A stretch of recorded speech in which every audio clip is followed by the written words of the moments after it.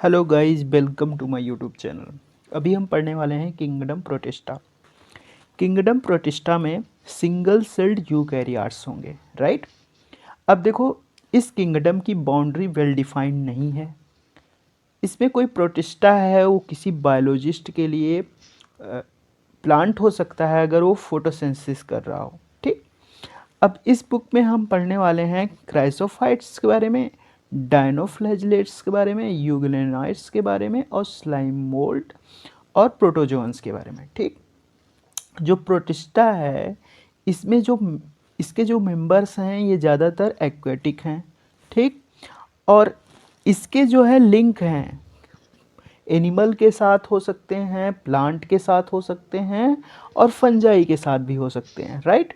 अब देखो, चूँकि ये यूकैरियोटिक है तो इसमें जो सेल बॉडी होगी उनमें न्यूक्लियस होगा और दूसरे मेम्ब्रेन बाउंड ऑर्गेनेल्स पाए जाएंगे, राइट। इनमें कुछ के पास फ्लैजिला हो सकती है और सिलिया भी हो सकती है, राइट। प्रोटिस्ट जो होते हैं एसेक्सुअल और सेक्सुअल रिप्रोडक्शन दोनों करते हैं। ये सेल फ्यूज़न और जाइगोट फॉर्मेशन से हो सकता है, राइट। क्राइसोफाइट्स क्राइसोफाइट्स जो होते हैं इनमें आता है डायटम और गोल्डन अर्गा जिसे डेस्मिट्स कहते हैं, ठीक। ये फ्रेश वाटर और मैरीन एनवायरनमेंट दोनों में पाए जाएंगे। ये नेक्ड आई से नहीं दे सकते, यानी माइक्रोस्कोपिक होते हैं और पैसिवली फ्लोट करते हैं वाटर करंट के थ्रू। जो पैसिवली फ्लोट करते हैं वाटर करंट के थ्रू उन्हें प्लैंकटन कहते हैं, ठीक। इनमें तो ज़्यादातर तो फोटोसिंथेटिक होते हैं। जो डायटम होता है इनकी जो सेल वॉल्स होती हैं ये तो थिन ओवरलैपिंग सेल्स से बनी होती हैं। अगर ये फिट खाती हैं एक दूसरे पे तो ये सॉप बॉक्स की तरह दिखती हैं। बहुत इम्पॉर्टेंट है, अगर डायटम को लेफ्ट छोड़ दिया जाए तो बहुत सारे अमाउंट का सेल वॉल डिपॉजिट हो जाता है उसके हैबिटेट में, ठीक। ये अक्यूमुलेशन अगर बिलियंस ऑफ ईयर तक हो तो उसे डायटमस अर्थ कहेंगे, ठीक। चूँकि ये खुरदुरा होता है, ग्रिटी नेचर का होता है, ठीक। इस वजह से इसका यूज पॉलिशिंग फिल्ट्रेशन में होता है ऑयल्स और सिरप के। डायटम चीफ प्रोड्यूसर होते हैं समुद्र के, ठीक। डायनोफ्लैजिलेट्स जो होते हैं ये ज़्यादातर मैरीन होते हैं और फोटोसिंथेटिक होते हैं। इनका कलर येलो हो सकता है, ग्रीन हो सकता है, ब्राउन, रेड और ब्लू। इनमें पाए जाने वाले मेन पिगमेंट पर निर्भर करता है, ठीक। अब देखो, जो इनका सेल वॉल होता है वो स्टिफ सेलुलोज प्लेट से बना होता है, ठीक, बाहरी सरफेस। और इसमें ज़्यादातर के पास दो फ्लैजिला होती है, एक लॉन्गिट्यूडिनली होती है और दूसरी ट्रांसवर्सली होती है। इनका जो वाल प्लेट होता है वो खांच बनाता है बीच में, ठीक, दोनों के बीच में। अब देखो, जो रेड डायनोफ्लैजिलेट्स होता है जिसे गायनोवैक्स कहते हैं वो रैपिड मल्टीप्लिकेशन करता है और अपने नंबर को बढ़ा लेता है और जिससे कि सी रेड कलर के अफेयर होती है जिसे रेड टाइट कहते हैं। ये टॉक्सिन रिलीज करते हैं जो बहुत सारे मैरीन एनिमल को किल कर सकता है, जैसे कि फिशेस, राइट। अब देखो, आपके ये फिगर दे रखा है डायनोफ्लैजिलेट्स का, राइट। अभी ये एनसीईआरटी में ऐड हुआ है, ये आपका डायनोफ्लैजिलेट्स है, राइट। यूग्लेनॉइड्स, ज़्यादातर यूग्लेनॉइड्स जो होंगे वो फ्रेश वाटर में पाए जाएंगे और वो भी रुके हुए पानी में, ठीक। इनमें सेल वॉल नहीं पाई जाएगी। सेल वॉल के स्थान पे प्रोटीन रिच लेयर पाई जाएगी जिसे पेलिकल कहेंगे। पेलिकल की वजह से इनकी बॉडी जो होगी फ्लेक्सिबल होगी, ठीक। इनमें दो फ्लैजिला होगा, एक शॉर्ट होगा दूसरा लॉन्ग होगा, ठीक।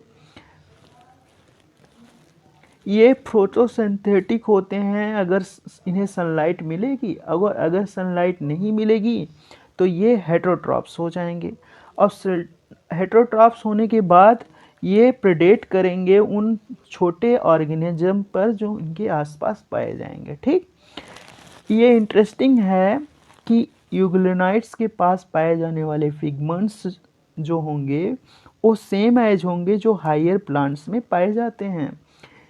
ठीक, इसका इनके एग्जाम्पल हैं यूग्लिना, राइट। यूग्लिना का फिगर भी दे रखा है, ये आपका है यूग्लिना, ये है आपका यूग्लिना, राइट।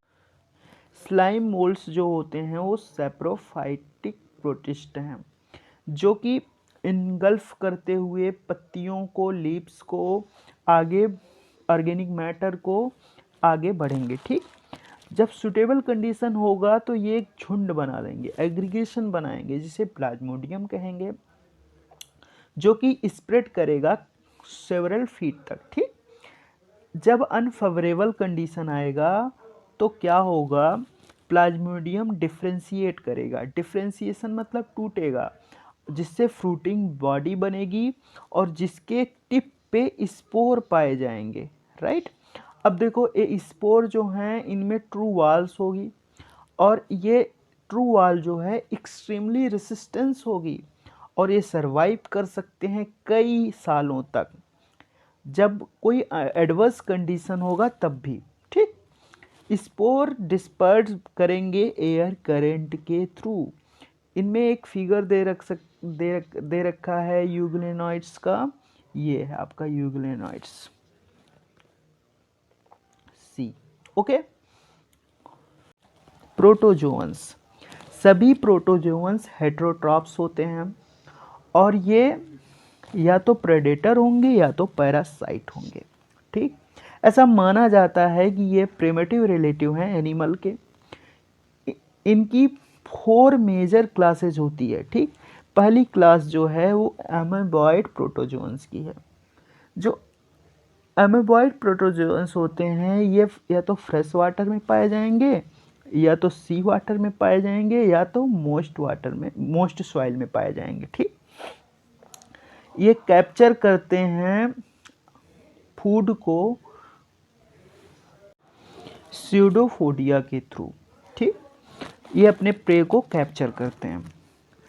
एग्जाम्पल में अमीबा दे रखा है, जो इनका मैरीन फॉर्म होता है, उनमें सिलिका सेल्स होती हैं सरफेस पर। इनके कुछ एग्जाम्पल में जैसे इंटामोबा हेस्टोलेटिका, जो कि एक पैरासाइट है। ठीक, अब फ्लैजिलेटेड प्रोटोजोन्स जो होते हैं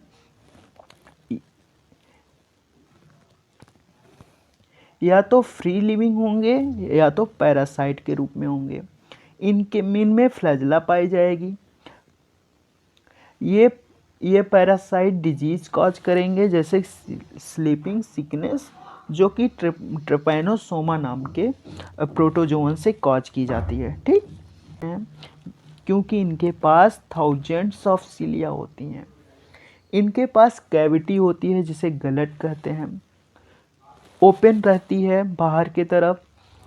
उनके सरफेस पर इनका मूवमेंट होता है सिलिया के साथ, तो वाटर जो अंदर जाती है गलट के थ्रू, इसमें कुछ फूड पार्टिकल भी अंदर चले जाते हैं।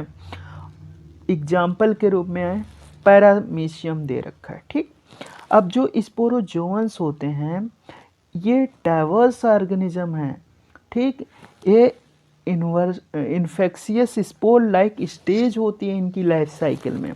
ठीक, आप नोटिस किए होंगे, आप जानते होंगे, प्लाज्मोडियम जो एक मलेरियल पैरासाइट है जो कि कॉज करता है मलेरिया,